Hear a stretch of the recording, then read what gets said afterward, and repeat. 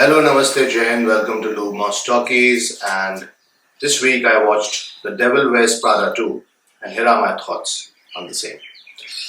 So, the movie begins in 2025. It's been almost 20 years since the first installment of the film came out. And we see how the characters have evolved through the ages. And I must say that the juxtaposition of these characters in this new world, which has been reshaped and reconstructed via mediums like social media, AI, and wokeism on the rise, is quite fascinating and intriguing. And the movie does not waste time; it just engages you immediately, and you're hooked.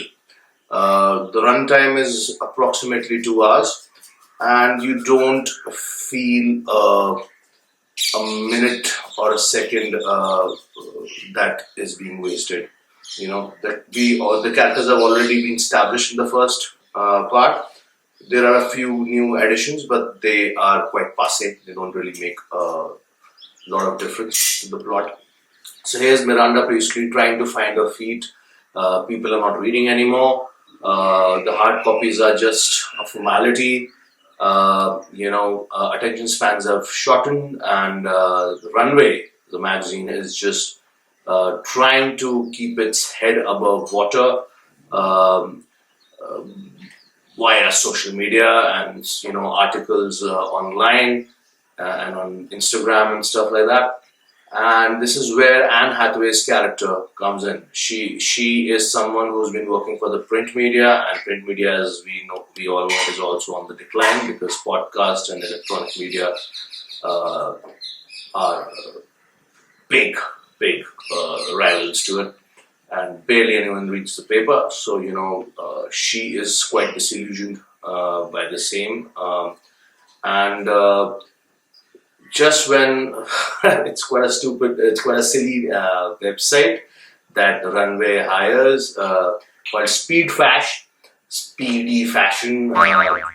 so this online portal called Speedy Fashion that Runway has hired to do its PR has done some sort of a damage, and we see Miranda Priestley being constantly morally policed by a new assistant. That these woke people get offended on anything and everything these days, and this is where the owner of the magazine and their son come into the scene, and in order to do damage control, they hire Anne Hathaway as their basically media person, whose designation is a little hazy, but her main job is to write articles and restore Runway's reputation online. And as we all know, she's a good writer, and she's just lost her job, so she's in desperate times called for desperate measures. And this is where the reunion happens, and we see Emily Blunt's character working for this company called Theroux. She is into retail now, and she is also now in quite a powerful disposition where she is one of the advertisers for Runway. And if the reader's engagement does not rise up, there is a threat that the advertisers, including Emily Blunt's Dior, will pull out from Runway.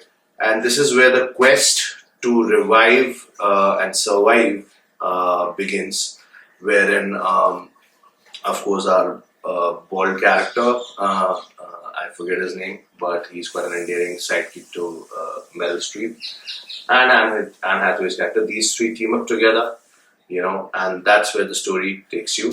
It's quite a fun ride. I wouldn't want to give out any more spoilers because I quite enjoyed the film, especially because it's quite relevant in today's day and age, wherein AI is a big threat to creativity. Everything has become all about just views and engagement and follows on social media. And we really are, as Anne Hathaway's character says in Milan towards the climax, just revealing a bit, that we can't just keep sucking the soul out of everything. True journalism, true creativity, through storytelling, through writing. It's just all being cut short, and we're getting, and true artists and genuine creative people are just getting the short end of the stick. So yeah, quite an enjoyable watch and pretty entertaining, I must say. And as Meryl Streep's character ends the film with quite a powerful dialogue, which has a Titanic reference to it, and we all know what a legend she is on and off screen. That for now, Runway has bought itself a lease of life, and but yeah, the magazines and print media are are quite similar to a sinking Titanic. But for now, there is space for a few on that cardboard that is floating on the water. So yeah, please do go watch the film if you're a fan of the first one. I for sure am, and I do not. I can watch it from anywhere every time it plays on Star Movie Select, and yeah, I mean the performances are fantastic. I've seen certain reviewers calling it a fluff piece, but I would beg to differ. It is quite an enjoyable watch, and the performances are to the T. It will prompt you to think, but at the same time, it will entertain you thoroughly. So, as far as I'm concerned, I would love to give it a 3.5 out of 5 stars, because yeah, certain things could have been better, certain lines could have been less cheesier, certain performances could have been less hammier, but yeah, it's still. I mean, it paid some nostalgia for the first 20 minutes, and then the film stands on its own as an individual work of storytelling. So please do watch the film. Question 1. At what point does ambition begin to change who a person fundamentally is? It's simple. At the very point when an individual forgets where to differentiate between necessity and luxury. Yeah. Question 2. Is Miranda Priestley cruel by choice, or is she simply the product of a system that rewards perfection and emotional detachment? The latter. See, it's a cruel man's world. It always has been for thousands of years. It has been a patriarchal world, and in a world which is already tough for women, and especially for working people who love to work.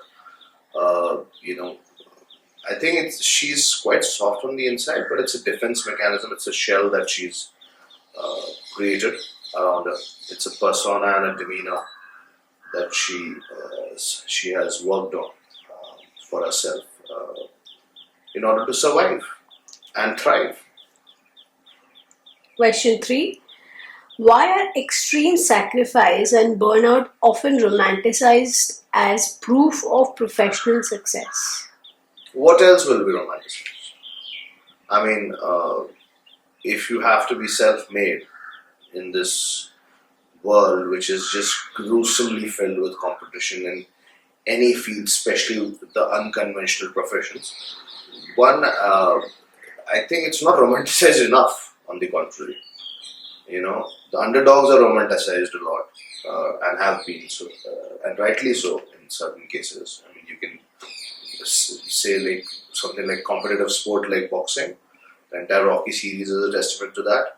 I mean, you have innumerable films on football, soccer, rugby, or what they call football, foosball, or for that matter, cricket. I mean, then why not fashion? Question 4. Why does Andy initially dismiss fashion as shallow, and what does that reveal about intellectual elitism? Well, she does not dismiss it in the second one because she knows that it has its own place in the world, consumerism. And, of course, it is quite an ugly face consumerism and capitalism, but everything has its own place in the world, and isms are dangerous.